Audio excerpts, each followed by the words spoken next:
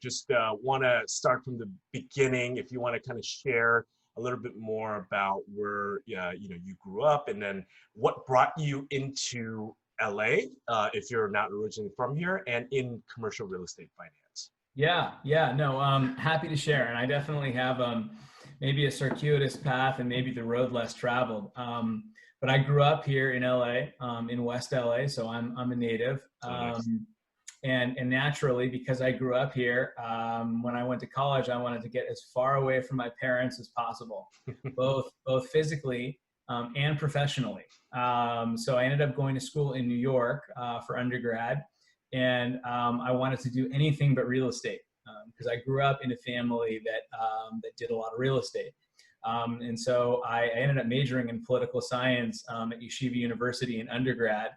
And I did what all poli-sci majors did. I went to law school, and it wasn't until I was sort of in law school that I started taking real estate classes, and I realized, hey, I actually really like this.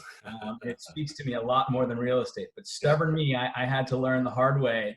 And look, it was great. I'm a big believer in critical thinking, and I eventually graduated law school and passed the bar. And a mentor of mine told me, hey, you're going to turn 30 with or without the bar and a law degree, so you might as well do it. And so I did it, and I'm thankful because it's shaped who I am, and it's informed our practice a lot, and I think that's great. But I ended up spending a decade in New York, the first decade of the 2000s. After I graduated law school, I enrolled immediately in NYU's Masters of Real Estate program. And I knew that I wanted to do something in real estate finance related.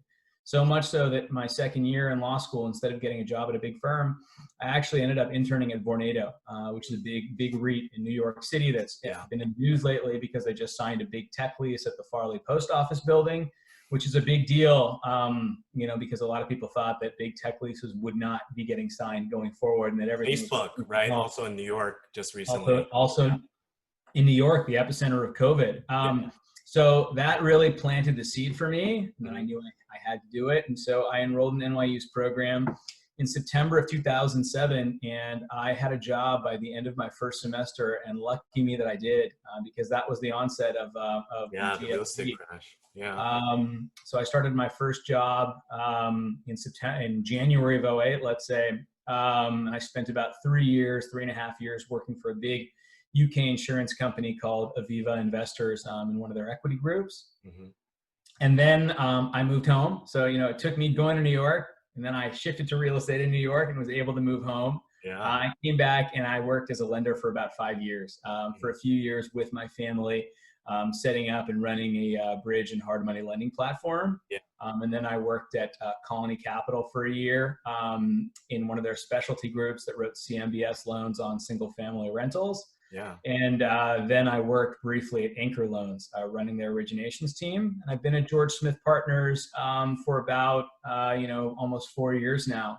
And I think when you look at it at a big picture, I for sure took the road less traveled. I had to go to New York to appreciate LA. I had to be outside of real estate to appreciate real estate. I had to be on the principal side for about 9 or 10 years. To appreciate being an advisor. And that probably is really the road less traveled, because there are very few people that go from principal to advisor. Most folks go from advisor to principal. But in all my years as principal sort of informed my practice as an advisor. It's the reason in part that, our team was so successful last year. And obviously I work with Malcolm Davies, and he's amazing. And he and I together did $1.3 billion last year.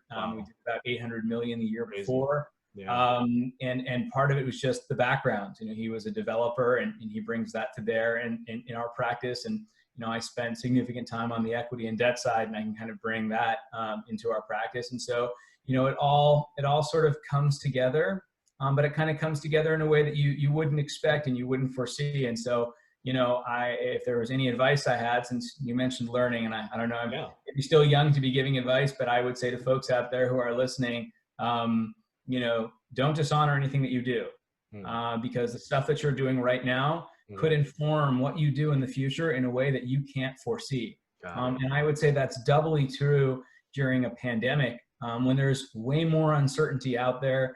than has been in many people's careers, and certainly in the last decade.